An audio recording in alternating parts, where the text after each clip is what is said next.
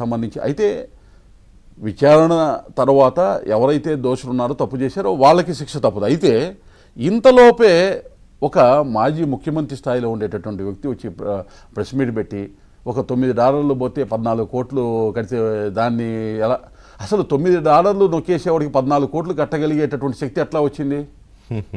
అదైతే కొంచెం ఎందుకు మరి ఆయన అలా నోరు జారాడు, ఎక్కడి నుంచి వచ్చింది? ఒకటి. రెండోది అసలు ఈ ఇంత వెనకేసుకొచ్చేటటువంటి ప్రయత్నం చేస్తానంటేనే అనుమానాలు వస్తూ ఉన్నాయి. అత్యంత కీలకంగా ఎవిడెన్స్గా ఉన్నటువంటి సురేష్ అనేటటువంటి పోలీస్ అధికారి ఆయన మరణం కూడా అనుమానాస్పదంగా ఉండటము, దానికి సంబంధించినటువంటి అంశాలు ఇవన్నీ కూడా ఒకసారి చూసినట్లయితే స్పష్టంగా దీనికి సంబంధించినటువంటి అంశంలో వాస్తవాలు బయటికి రావటము, ప్రపంచవ్యాప్తంగా ఉన్నటువంటి వెంకటేశ్వర స్వామిని ఇష్టదైవంగా కొలిచేటటువంటి ప్రతి ఒక్కరూ కూడా ఈ అంశంలో జగన్మోహన్ రెడ్డి గారు మాట్లాడుతున్నటువంటి మాటలు కానీ గతంలో వాళ్ళు చేసినటువంటి వ్యవహారాలు కానీ ప్రతి ఒక్కరూ కూడా ఇటువంటి రకమైనటువంటి వ్యక్తులని ఊహించుకోలేకపోతూ ఉన్నారు. ఈ విధంగా మాట్లాడతారా ఇంత బాధ్యతాయుతమైనటువంటి స్థానాల్లో పదవులు చేసినటువంటి వ్యక్తులు అనేటటువంటి ఒక ఆందోళనకరమైనటువంటి పరిస్థితుల్లోనే భక్తులు ఉన్నాడు.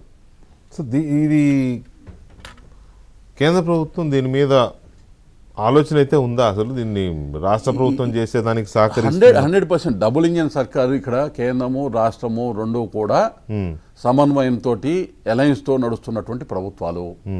ఇక్కడ చేసేటటువంటి ప్రతి పనికి ఏదైతే ఉందో విచారణకి సంబంధించి తిరుమల తిరుపతి దేవస్థానాన్ని ఔన్నత్యాన్ని కాపాడేదానికి సంబంధించి తప్పనిసరిగా ప్రతి అంశంలో కేంద్ర ప్రభుత్వము బాధ్యతగానే ఉంటుంది. అంటే కొంత ఎక్కడ ఇది ఉంది అని అంటే బ్రేకులు వేస్తుంది రాష్ట్ర ప్రభుత్వానికి, కేంద్రం బ్రేకులు వేస్తుంది. ఎందుకంటే జగన్మోహన్ రెడ్డి విషయంలో ఇంకా బీజేపీకి సాఫ్ట్ కార్నరో లేకపోతే దండ ఉన్నాయనే చర్చ ఉంది కదా, ఏంటి దానికి మీరు? ఇది చాలా తప్పండి. ఎందుకంటే ఇవాళ రాజ్యాంగపరంగా కోర్టులు ఉన్నాయి, కోర్టులకి సంబంధించినటువంటి అంశాల్లో ప్రభుత్వాలు ఇంటర్ఫియర్ కాలేవు. దానికి సంబంధించినటువంటి వాదోపవాదాలు విన్న తర్వాత ఆ న్యాయమూర్తి తీసుకునేటటువంటి నిర్ణయం ప్రకారం మనం వెళ్లాల్సిందే. కానీ వాటికి సంబంధించి అక్కడ ఉండేటువంటి ప్రభుత్వానికి పార్టీలకి ఆపాదించిన అనేక అంశాల్లో కేంద్ర ప్రభుత్వం తీసుకున్న నిర్ణయాలు కూడా సుప్రీంకోర్టు ఆపినటువంటి అంశాలు ఉన్నాయి. అనేక రకాల మార్పులు చేసుకోవాల్సినటువంటి పరిస్థితులు ఉన్నాయి. కాబట్టి ఇక్కడ న్యాయస్థాన పరిధిలోకి వెళ్ళిన తర్వాత దానికి సంబంధించినటువంటి అంశాన్ని ఒక పార్టీకో లేకపోతే ప్రభుత్వానికో ఆపాదించడం కరెక్ట్ కాదు. ఒకటి.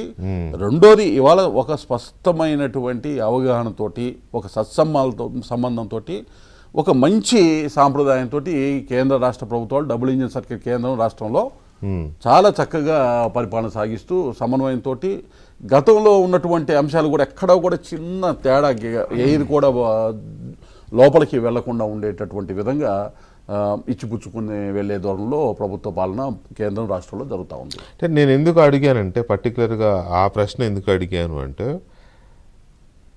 ఏ కేసు తీసుకోండి మీరు, వివేకానంద రెడ్డి గారి హత్య కేసు తీసుకుంటే ఆ సిబిఐ కేసు అది ఎక్కడ పోయిందో తెలియదు, దాన్ని కోల్డ్ స్టోరేజ్లోకి వెళ్ళిపోయిన పరిస్థితి. ఆ పాపం ఆమె ఫైట్ చేస్తూ ఉంటుంది, సునీతారెడ్డి గారు ఫైట్ చేస్తూ ఉంటుంది. ఆమెకి ఏ వ్యవస్థ సహకరించట్లేదు. ఆమెకి ఏ వ్యవస్థ పేరు పెట్టను కానీ ఏ వ్యవస్థ ఆమెకు సహకరించిన పరిస్థితి. ఇంతవరకు అసలు నేరస్తులు ఎవరు అనే దాని దగ్గరికి ఆ దర్యాప్తు వెళ్ళలేదు. ఒకటి. లిక్కర్ స్కామ్లో సిట్ అరెస్టులు చేస్తూ ఉంది, సిఐడి చేస్తూ ఉంది కానీ అంతిమ లబ్ధిదారు ఎవరు అనే దగ్గర బ్రేక్ పడిపోయింది. అక్కడ దాకా వెళ్ళడంలా.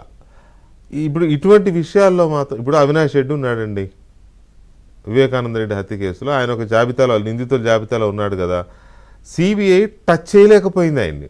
మీకు తెలుసు కర్నూలు హాస్పిటల్ దగ్గర ఆయనతో మాట్లాడగలిగితే ఎంత బీభత్సం జరిగిందో. అంత దారుణంగా దర్యాప్తులు ఉంటాయా? ఇప్పుడు ఈ లిక్కర్ స్కామ్లో అంతిమ లబ్ధిదారు ఎవరంటే అందరికీ తెలుసు జగన్మోహన్ రెడ్డి అని, అక్కడికి వెళ్ళలేని పరిస్థితి. ఇక్కడ రెండు అంశాలు. ఇది లిక్కర్కి సంబంధించి అంతిమ లబ్ధిదారు దగ్గరికి వెళ్ళలేదు అనేటటువంటి మాట నేను యాక్సెప్ట్ చేయను. ఎందుకంటే ఆ ప్రక్రియ కొనసాగుతుంది. దానికి సంబంధించినటువంటి అరెస్టులు అయినటువంటి వాళ్ళకి బెయిల్ కూడా నిరాకరిస్తూ ఉంది కోర్టు. కాబట్టి వాటికి సంబంధించినటువంటి అంశంలో ఏదైతే అంతిమ లబ్ధిదారుడు అనేటటువంటి దాన్ని కూడా ఆ లింక్ చెప్పటం ఒకటి, ఆధారాలతో సహా వాటికి